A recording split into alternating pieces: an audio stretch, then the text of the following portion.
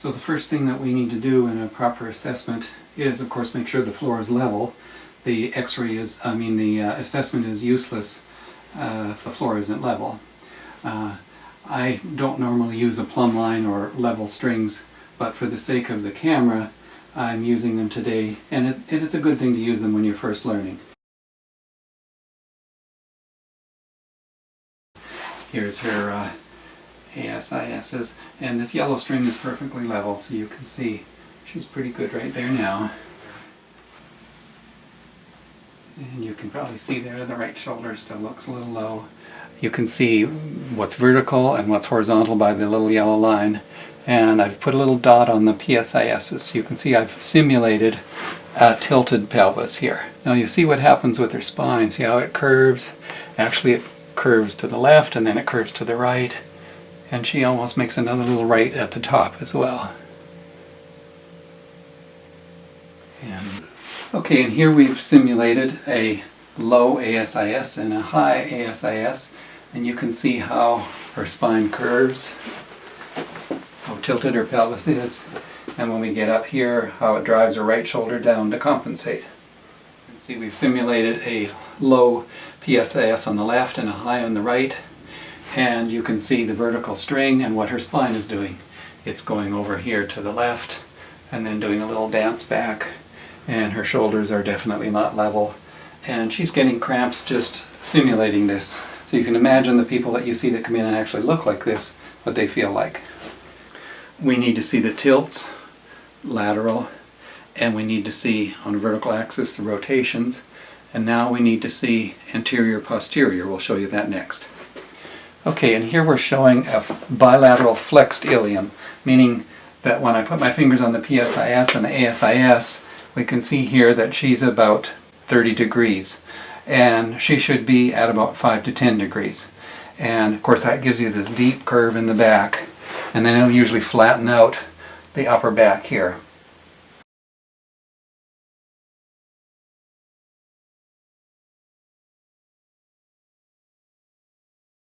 Okay, and now we're simulating that her pelvis has actually gone into extension. Now, she's only gone a couple degrees. It's too uncomfortable for her to go any further. But you can see the PSIS is actually lower than the ASIS. You can see her knees are now very bent. If she was walking, she'd be what we call a knee kicker. Her knees would lead her whole body. You'll see that when people walk. In the other position, when it was flexed, her knees were actually locked back. So you know right away when you see people with their knees locked back that it's likely a flexion disorder.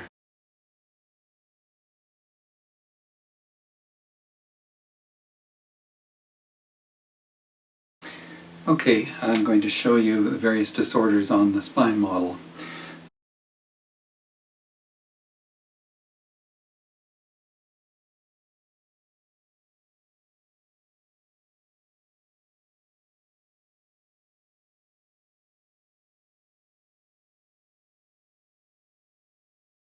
Now, if we put a finger underneath this ASIS and this ASIS, and we saw the one side lower than the other, it could mean one of two things. It could be a tilt disorder, it could be a flexion disorder. So let's first show you flexion disorder.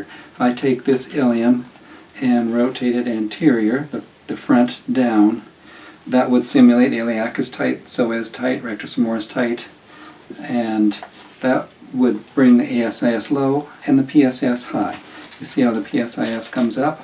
So you know if it's a flexion disorder if on the same side the PSIS is high and the ASIS is low. So it's the opposite on an X-ray or a person when you look at them. If you see this flexion disorder, the sacrum will usually tilt away. Not always, but a typical case it does. If it's a bilateral flexion, of course that means they're both gone forward like this, which means both iliacus, both psoas, both rectus femoris are too tight. The person will compensate. If they didn't create that curve, they'd be leaning way forward, so they'll bring their body weight back. Okay, I wanted you to see what rotation looks like. So if her right hip goes forward, go ahead. Do you see how her rotation is actually that her right foot or leg is externally rotated and her left is actually internally rotated? Let's do that again. Come back. Okay, and rotate again. So when the pelvis is rotated, it's actually, in this case, a right external rotation in the femur and a left internal rotation in the femur.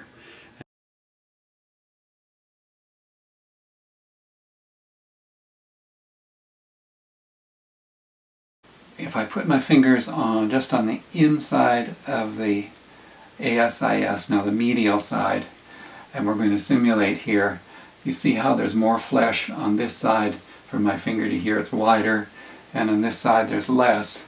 That would indicate that this one was inflared and this one was outflared. Whereas a rotation would look like this. You'd see one closer and one further away. Okay, we're going to look at the arches here. If I drop a credit card, get it level with the floor, you can see that there's space here, whereas when I go over to this side, there's no space at all between the foot. So this arch is fallen there. I've brought it up into the correct position. So we need some arch support underneath this foot. Here you should be able to see that the tibial tuberosity is lower on her right than on her left. Top of the knee as well, you can see the difference in the height. Okay, and come on up to the ASIS.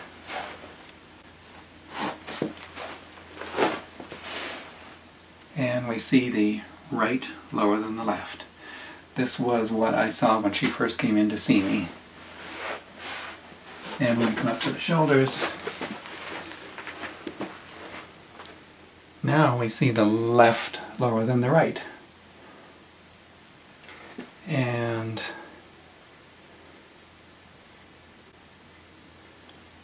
the temporal bones are pretty much corrected because she's been in a corrective position for so long. Her skull initially was, the right was much lower than the left, but that is corrected. Okay, and when she first came in, she liked to stand with her right foot out in front of the left one. That was her position. And of course she was rotated. Even when I moved the foot back in place, the right was closer than the left.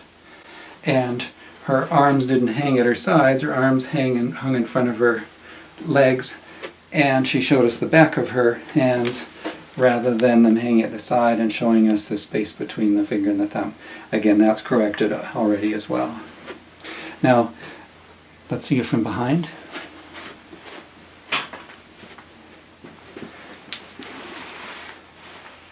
Again, this may not be as easy to see, but the right PSIS is also low.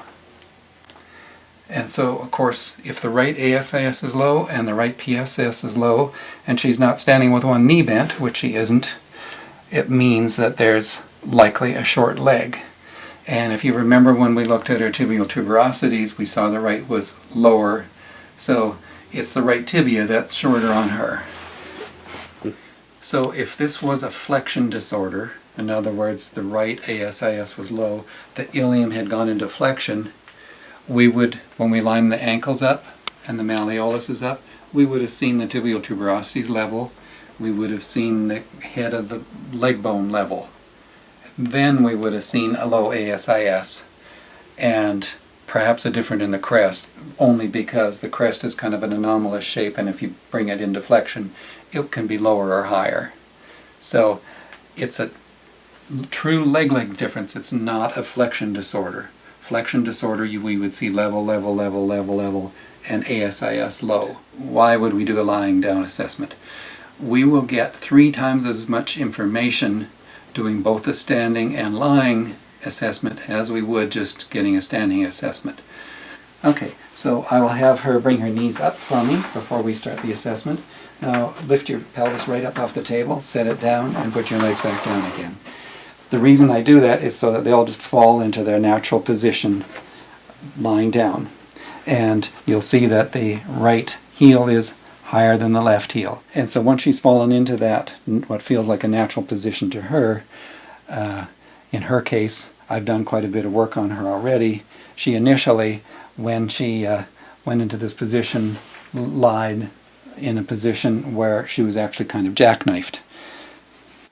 Okay, now we're doing the assessment laying down, and if you look, you can see that her comfortable position in lying is with her right heel higher than her left. Now look at her malleolus. You see how the right, yes, her right is higher than her left. And now come up to the tibiotuberosities, and you can see that they're level. So she's high here and she's level here. Now when we go up to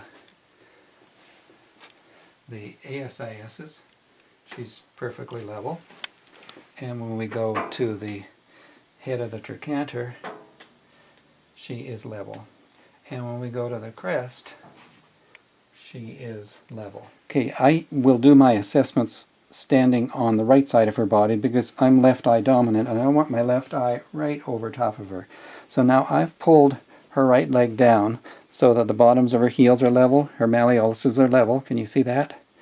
Now let's go up and see what her tibial tuberosities are doing. Right tibial tuberosity is lower than the left. You could even see it here. I wouldn't rely on the kneecap so much because a difference in the tightness of the quads could affect that.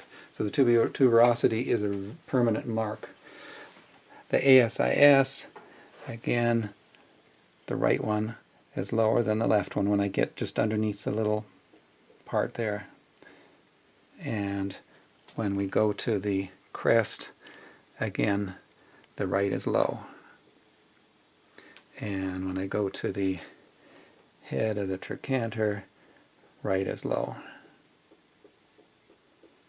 So that indicates that there's a true tibial length difference. The right tibia is 5 millimeters shorter than the left tibia. Now from this angle, you can see that this shoulder is actually closer to the ceiling than this one, which would mean, of course, that her right pec is tighter than her left one.